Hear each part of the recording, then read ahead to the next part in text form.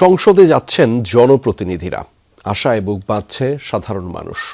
যারা জনগণের ভোটে নির্বাচিত হয়ে গঠন করছে সরকার, তাদের কাছে একচ্ছত্র ক্ষমতা নয়, বরং জবাবদিহিতা ও দায়বদ্ধতা চায় সাধারণ মানুষ।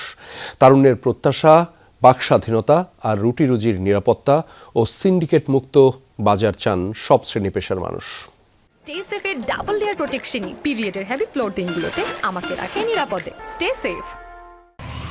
২৪ জুলাই অভ্যুত্থানের বড় ফসল ত্রয়োদশ জাতীয় সংসদ নির্বাচন। এবার ভোটে তরুণদের জয় জয়কার। গেল ৩ নির্বাচনে যারা ভোট দিতে পারেননি তাদের জন্য ছিল স্বতঃস্ফূর্ত অংশগ্রহণ। জুলাই আন্দোলনে অগ্রগামী তরুণদের কয়েকজন এখন নির্বাচিত জনপ্রতিনিধিও। সেই তরুণরা চাইছেন মত প্রকাশের স্বাধীনতা, আধুনিক শিক্ষা ব্যবস্থা আর সাজানো শহর। আমরা আফটার অল এত এডুকেশন করতেছি কেন? দেশের উন্নতির জন্যই তো। যদি আমরা কথাই না বলতে পারি দেশের ব্যাপারে ঠিকঠাক মতন মন খুলে, তাহলে ওটা যে গভর্নমেন্টই আসুক আমাদের কান্ট্রির আসলে কোনো আহামরি লাভ হবে না। যে এক্সপেকটেশন ছিল আমাদের ছাত্রছাত্রীদের আসলে সেভাবে হয় নাই। আমরা অনিরাপত্তায় অনেক ভুগেছি। নতুন সরকারের কাছে এটাই দাবি যে নিরাপত্তার দিকে, যেহেতু জনগণ রাস্তায় যদি সেফ না থাকে, যে যার কর্মক্ষেত্রে তো আছেই।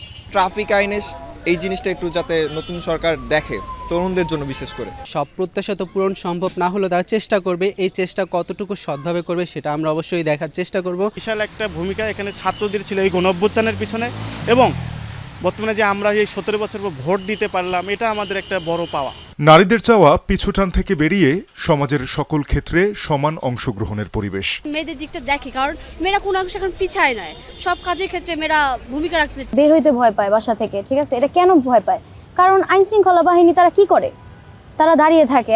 একটা রাস্তা দিয়ে একটা ছেলে গেলে একটা মেয়েকে কেন টিস করবে? মেয়েদের নিরাপত্তা বিষয়টা হচ্ছে সবচেয়ে বেশি জরুরি দরকার। সেটা হচ্ছে বিগত সরকারের কাছ থেকে ওই রকম ভাবে দেখা যায় নাই, কিন্তু নির্বাচিত সরকার যেন এটা নিশ্চিত করে। 18 কোটি মানুষের সংসদে সরকারকে ভাবতে হবে কাজের খোঁজে হাওড় ছেড়ে ঢাকায় আসা 4 সন্তানের বাবার কথাও। আমার তো আপনার ডায়াবেটিস, হাড়ের সমস্যা আছে, এরপরে আপনার প্রেশার আছে।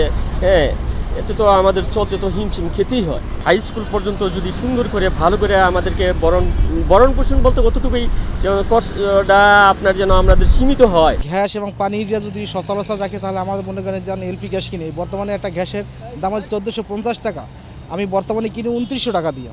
যদি এগুলো সে খেয়াল দেয়, তাই আমি মনে করি আমাদের কর্মজীবীদের জন্য অনেক ভালো হবে। আমরা কোনো শৃঙ্খল, কোনো গ্যাঞ্জাম, কোনো দিয়াবাজি, চাঁদাবাজি এই সে অনেক কিছু আমরা দরকার নাই। আমরা শান্ত সুস্থ থাকলেই আমরা শান্ত। সমাজের সকল শ্রেণী পেশার মানুষ এখন সকালের বাজারে। মূল্যস্ফীতির লাগাম টানা তাই নতুন সরকারের অন্যতম দায়িত্ব। সাধারণের আহ্বান, ভাঙতে হবে সিন্ডিকেট, পুনর্গঠন করতে হবে দলীয় সংস্কৃতি। এক মুঠো ভাত জোটাতে খুব কঠিন ব্যাপার আছে। আশা করি একটা নির্বাচিত সরকার আসলে আমরা ইনশাল্লাহ সবাই সুখে শান্তিতে মিলেমিশে থাকতে পারবো। সরকার সিন্ডিকেট করে, পুলিশ, সেনাবাহিনী সবাই সিন্ডিকেট করে। কেউ বাংলাদেশ ভালো না, 2 টাকার জিনিস 10 টাকা লয়। নিজেকে পরিশুদ্ধ হতে হবে রাজনৈতিক দলগুলোকে। ওর নিজের যে জিনিসগুলো আছে, কালচারগুলো আছে, তারপর অনেক দিন ধরে যে প্র্যাকটিসগুলো আছে, নেগেটিভ প্র্যাকটিসগুলো, এগুলো আগে বন্ধ করতে হবে। নতুন গণতান্ত্রিক অভিযাত্রায় নির্বাচিত সরকারকে সহায়তার আশ্বাস সাধারণ মানুষের। এই সংসদের প্রতিনিধিরা কথা রাখবেন, এমনটাই প্রত্যাশা সবার। তানজিম শাফিন, যমুনা নিউজ, ঢাকা।